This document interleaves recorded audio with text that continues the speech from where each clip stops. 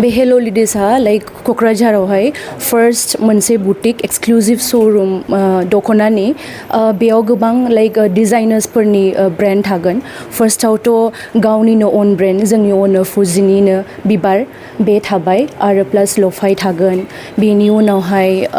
F थागोन सब कालेक्शना थाजोबगोन आरो प्लास डिजाइनार ब्लाउसफोरबो थागोन बेखौ मोननाय जागोन आरोखि गासिबो थ' गासिबो कास्टमार्सफोरखौहाय बरायनाय जाबाय दिनै बे दिनावहाय आरो जों ओरैबायदि खालामदों बे डिजाइन्सखौ जाहाथे जोङो निउट्रेल डिजाइन खालामनानैहाय गासिबो डिजाइनार्स दख'ना जा आइटेम्स दङ बेफोर जाहाथे ब्राइट वेहाय हाइलाइट जायो बेबायदि मानसिफोरनि गोसोखौ एट्राक्सन खालामनो हादों बे डिजाइना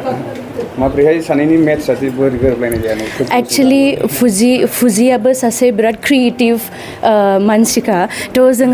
जों सानैहाय जेला डिसकासन खालामदोंमोन इच एन्ड एभ्रि डिजाइन्सफोराहाय एलाइन जादों कालार्सफोरा एलाइन जादों स' बेनि लाइक्स आरो आंनि लाइक्स गासिबो एखे लेगे मिलायनानैहाय जोङो क्रिएट खालामबाय बेबायदि डिजाइनखौहाय स' दाट मानसिफोर फैयोबा एट्राक्सन मोनसे जायो डिजाइन थाबाबो बेनि उनावहाय जाहाथे गासिबो बिसोरनि प्रडाक्ट्सफ्राबो हाइलाइट जागोन बे रोखोमै आरोखि बे समाव मा खावलायगोन जिहेतु ग्राहक एबा बायग्राफोरखौ माबायदि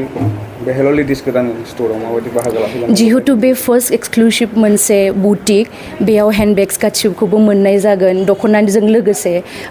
बायदि बायदि हिन्जावफोरनि जेसेबां गानग्रा जोमग्रा बेखौ मोननाय जागोन थ' बेनि थाखाय वेलकाम खालामनाय जाबाय जाहाथे बेयाव फैनानै बयबो गोजोनैनो फैनानैहाय बुस्थुफोरखौ पारचेस खालामो बेबायदि